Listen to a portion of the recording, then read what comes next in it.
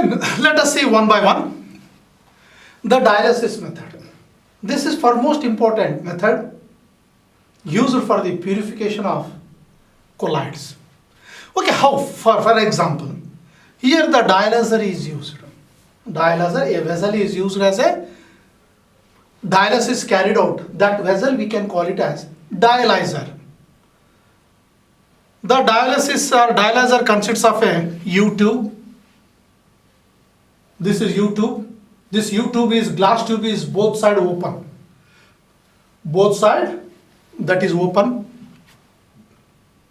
And the lower end, at the lower end, that is fitted with semi-permeable membrane. The apparatus consists of this is a chamber, dialyzer. Second one is a glass U-tube is used, that is both side open. One end covered with semi-permeable membrane. And this semi-permeable membrane means this allows only the semi-permeable membrane allows only electrolytes and solvent. But it is impermeable to colloidal particles. Impermeable means through this semi-permeable membrane, colloidal particles cannot pass. Colloidal particles cannot pass through this semi-permeable membrane. Okay.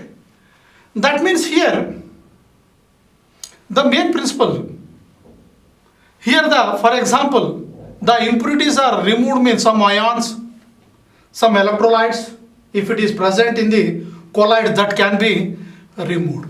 Only here in the glass tube, pure colloidal dispersions are remained. Whatever the electrolytes and ions are removed through this semi-permeable membrane.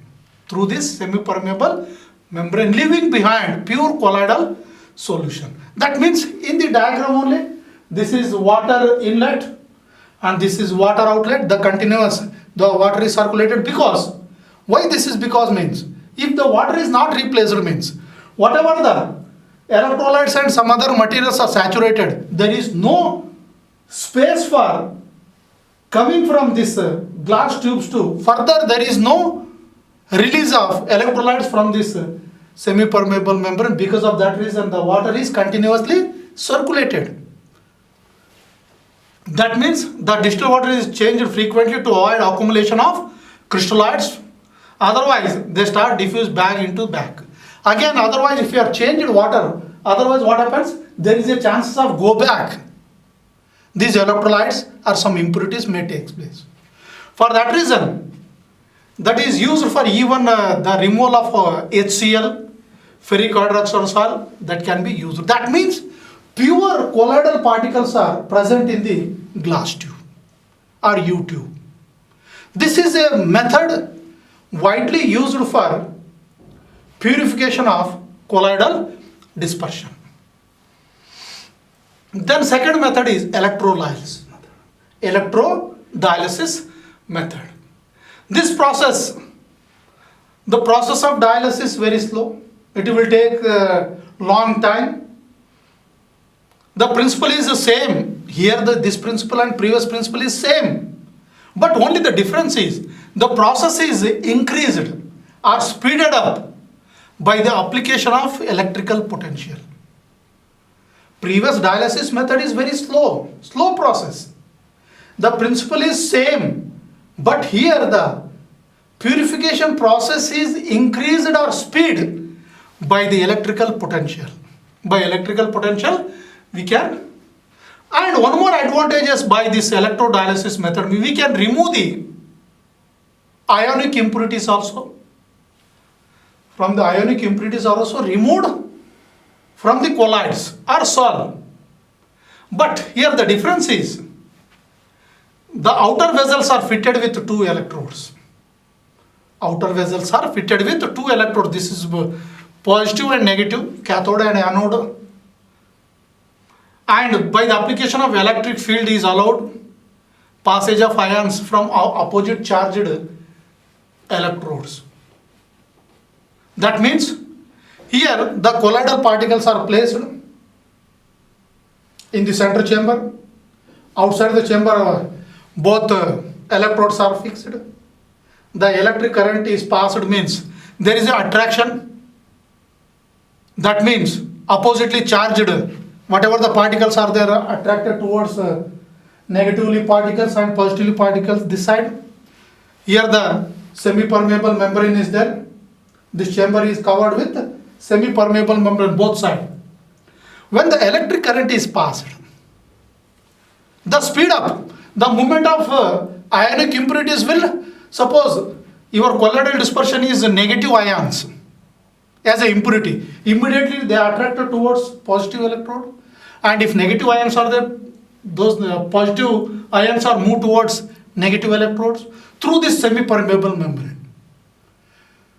After removing these ionic impurities, whatever the pure colloidal suspension at the chamber, that is collected from bottom.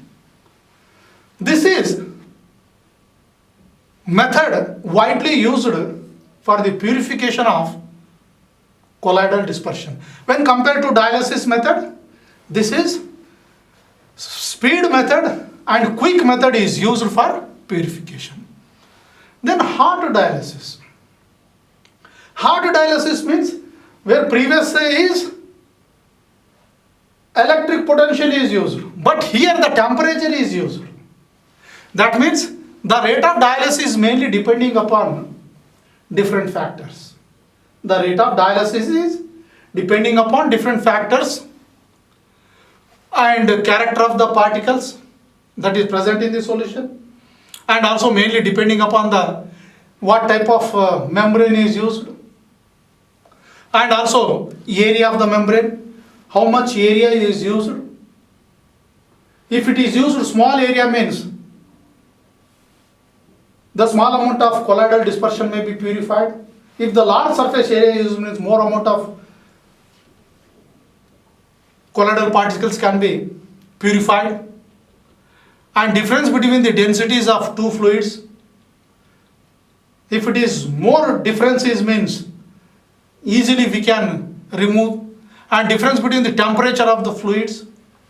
Suppose here while you were purification, the rapid dialysis takes place when the semi-permeable membrane, that means if the temperature is increased, the dialysis temperature is increased means definitely the rate of diffusion or rate of purification is increased.